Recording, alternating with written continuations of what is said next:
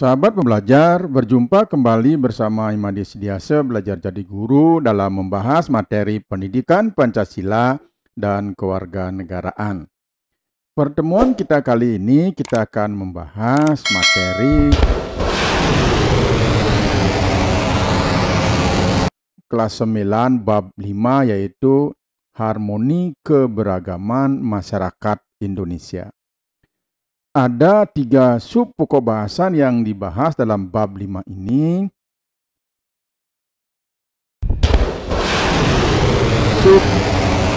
Sub pokok bahasan A, makna harmoni dalam keberagaman sosial budaya, ekonomi, dan gender dalam Bhinneka Tunggal Ika.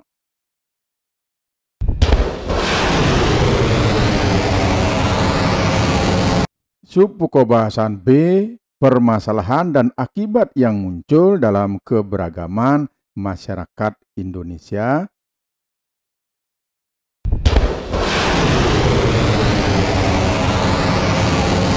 Kemudian sub pokok bahasan C, upaya penyelesaian masalah dalam keberagaman masyarakat Indonesia. Kita patut bersyukur kehadapan Tuhan Yang Maha Esa karena ditakdirkan dan dianugerahi kondisi wilayah tanah air kita yang begitu luas terbentang dari Sabang sampai dengan Merauke. Di samping itu pula, letak geografis berada di jalur lalu lintas perdagangan internasional. Jadi karena terletak di antara dua benua, yaitu Asia dan Australia. Juga terletak di antara dua samudra, yaitu Samudra Pasifik dan Samudra Indonesia. Hal ini disertai dengan keanekaragaman hayati, sumber daya alam yang melimpah luas, baik di daratan maupun di lautan. Di samping itu pula, kondisi masyarakatnya yang mendiami wilayah Indonesia memiliki keragaman suku bangsa, keragaman agama, keragaman ras, serta perbedaan golongan dalam masyarakat. Namun yang perlu kita perhatikan bahwa keanekaragaman ini merupakan sumber kekayaan bangsa Indonesia yang perlu kita lestarikan untuk memperkuat kejayaan dan keunggulan bangsa dan negara.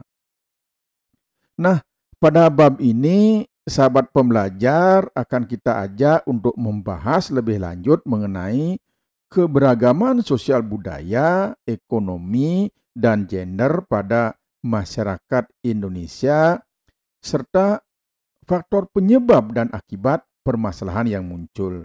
Nah, selain itu juga kita akan mengkaji bagaimana upaya dalam penyelesaian masalah sosial budaya, ekonomi, dan gender pada masyarakat Indonesia.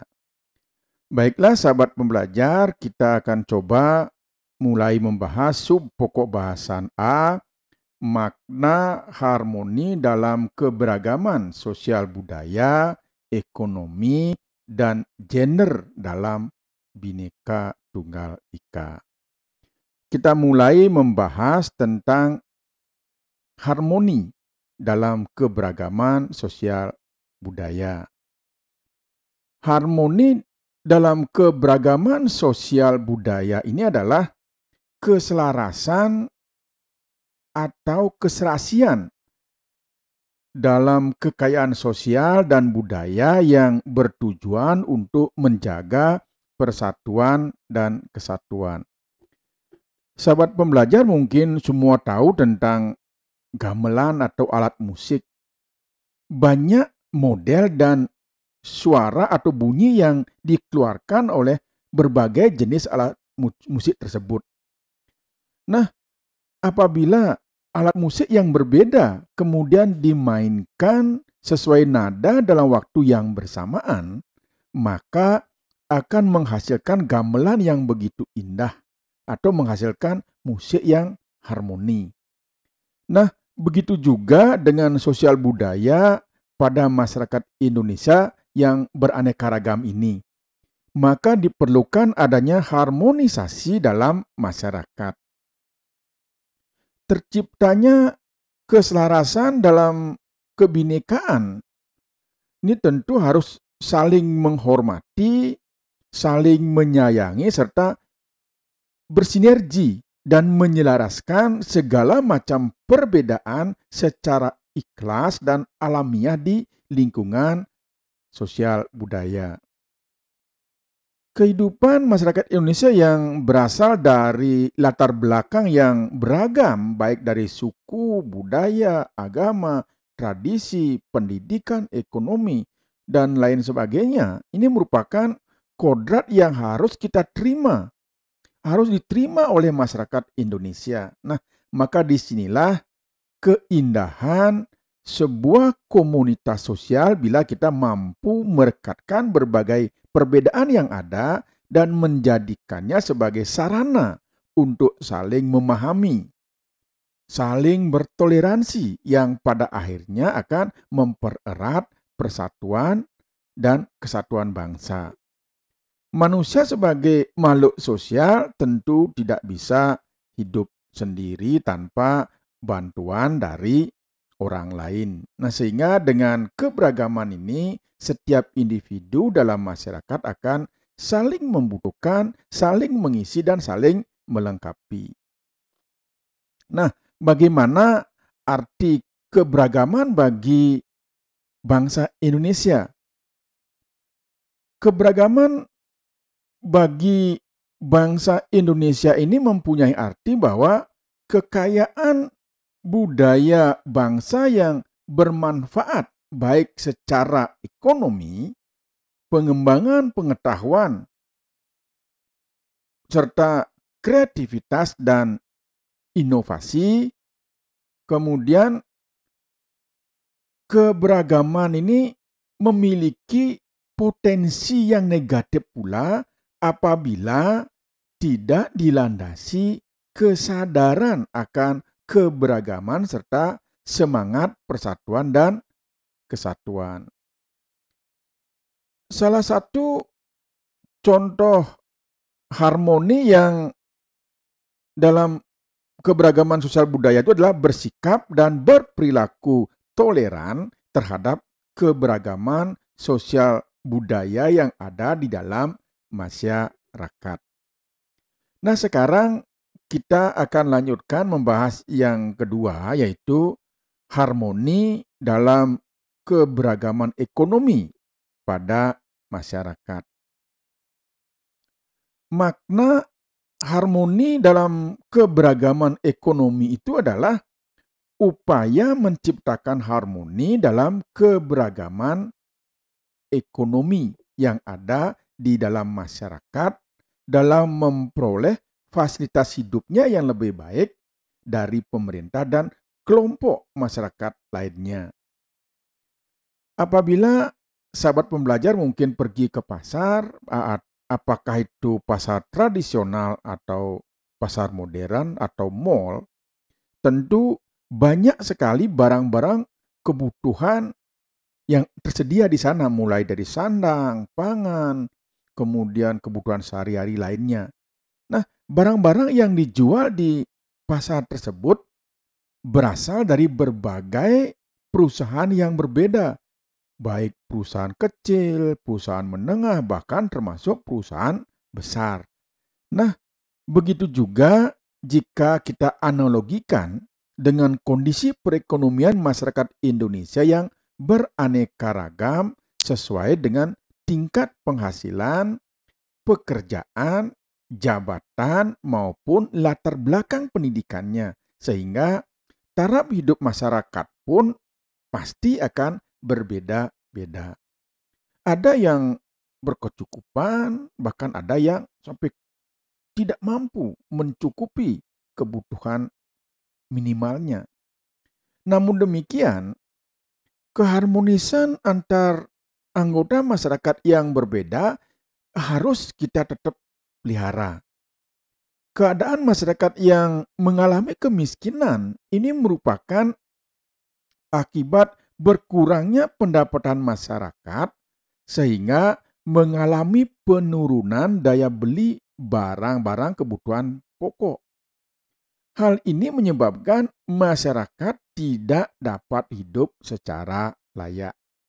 Oleh karena demikian, maka perlu adanya upaya membantu kehidupan mereka yang kurang mampu ini untuk dapat meningkatkan kualitas hidupnya yang lebih baik.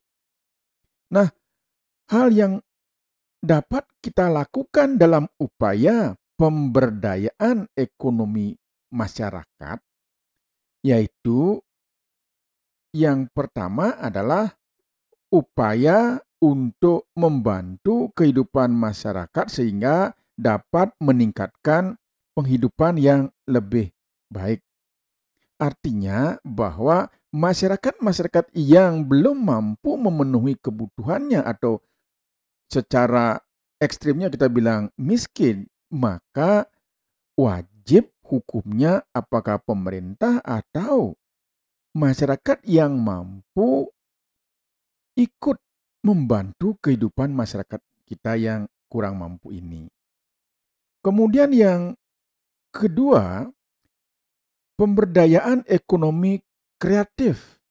Artinya bahwa konsep ekonomi memfungsikan potensi yang dimiliki berupa akal, kemudian digunakan untuk berpikir, mencari sesuatu atas keterbatasan ekonomi untuk mengentaskan dirinya dari kemiskinan, sehingga dapat menghidupkan proses kemandirian di bidang ekonomi. Kemudian yang ketiga, usaha membangun fasilitas umum. Pembangunan fasilitas umum seperti jalan, jembatan, tempat kesehatan, ini tentu akan memberikan dampak atau meringankan bagi masyarakat kurang mampu dalam rangka untuk meningkatkan pendapatannya karena fasilitas umum yang tersedia mampu dimanfaatkan dalam rangka mendongkrak penghasilannya. Kemudian yang keempat, langkah preventif dalam menanggulangi krisis ekonomi. Jadi langkah-langkah ini tentu dilakukan oleh pemerintah. Bagaimana kebijakan-kebijakan yang diambil oleh pemerintah dalam rangka mencegah terjadinya krisis ekonomi sehingga tidak menambah beban lagi kepada masyarakat. Baik, sahabat pembelajar, demikian yang bisa kita sampaikan pada pertemuan kita kali ini. Semoga apa yang sudah kita bahas ada manfaatnya dan pertemuan berikutnya kita akan membahas mengenai harmoni dalam keberagaman gender dalam masyarakat. Terima kasih, sampai jumpa pada pertemuan berikutnya.